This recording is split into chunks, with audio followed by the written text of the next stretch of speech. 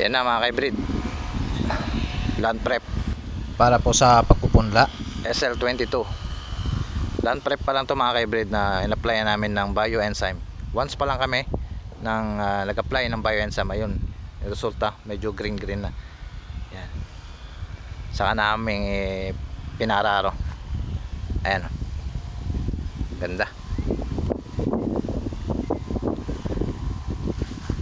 So ongoing yung SL22 namin, nakababad na, germination okay naman, tignan natin. Ayan.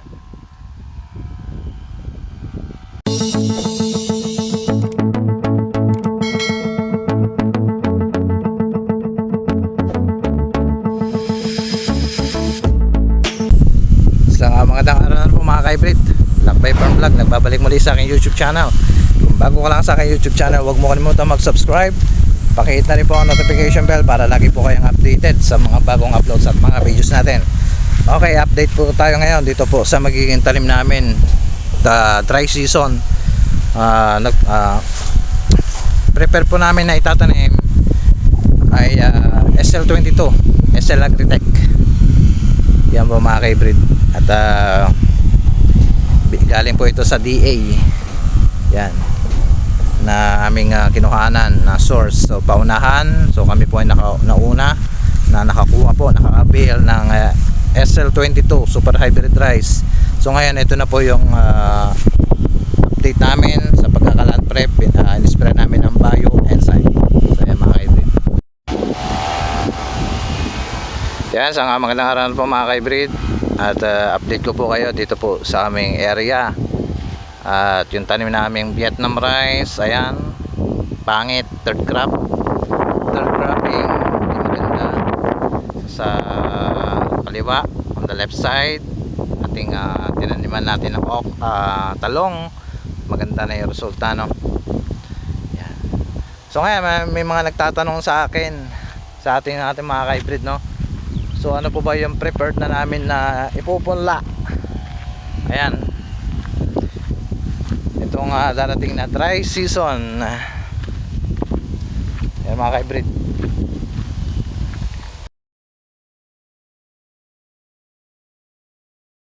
ng ano po, SL variety po ang aming tatanim. Yung SL22. Yan mga ka-hybrid, SL22 yung aming prepared na ipupunla. Ayan po.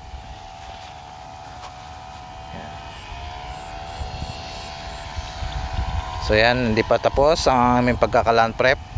So yan yung aming tanim na Vietnam rice, pangit. Third crop. Yan yung input. Ayan, ba? Pangit ang ating resulta dito po. About sa Vietnam rice. Hindi naman, yung variety na Vietnam rice is maganda.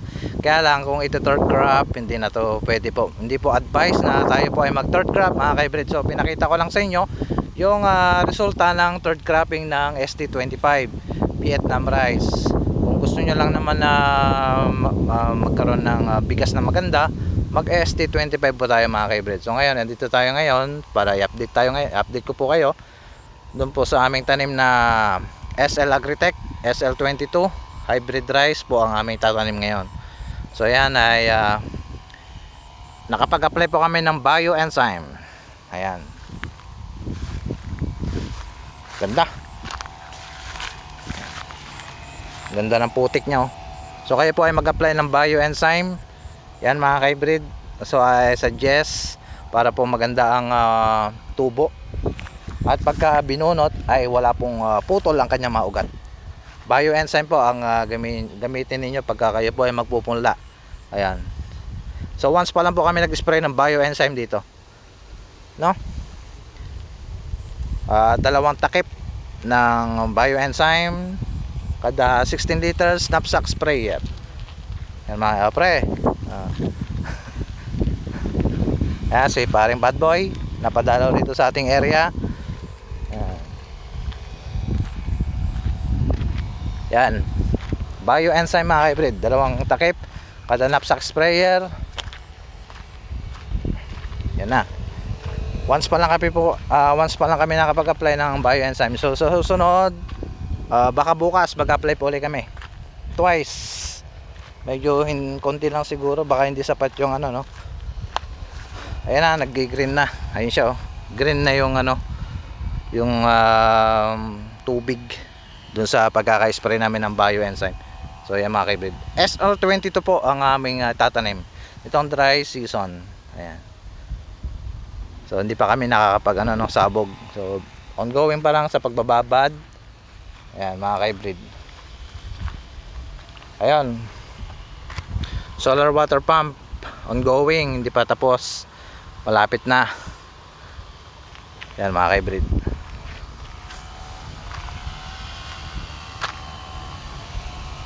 So yan lang pa mga kaibrid, update dito sa aming tanim na aming ipupunla. SL22 Super Hybrid Rice SL Agritech. Yan po, sa mga nagbabalak po ay kung gusto nyo pong tularan ng aming pagtatanim, ito po mga kaibrid, standby lang po kayo rito sa aming preparation about dito third crop. Ano po magiging resulta. SL22 Super Hybrid Rice, magandang resulta ng SL22 natin mga kaibrid. Maganda, mahabang uhay, so parang SL39. So yan mga kaibrid, yan lang po mga kaibrid, update dito sa aming tanim at pagkakalan prep dito sa punlaan pa lang. Yan mga kaibrid, yan. So 1 hektarya ito mga kaibrid. Ayan. Nakapag-build tayo ng another 1 hectare uli dito. So SL22 uli ang tatanim natin. Puro SL22 yan mga kaibrid. So ginamitan namin ito ng nag-spray kami ng ano, bioenzyme. So yan pa lang ang aming pine-prepare pa lang dito sa pagkakalan prep. So yan lang po mga kaibrid, update dito sa aming magiging tanim namin itong second dry season. Yan po mga kaibrid dito sa aming area. Hanggang sa muli, mag-ingat po tayo at God bless.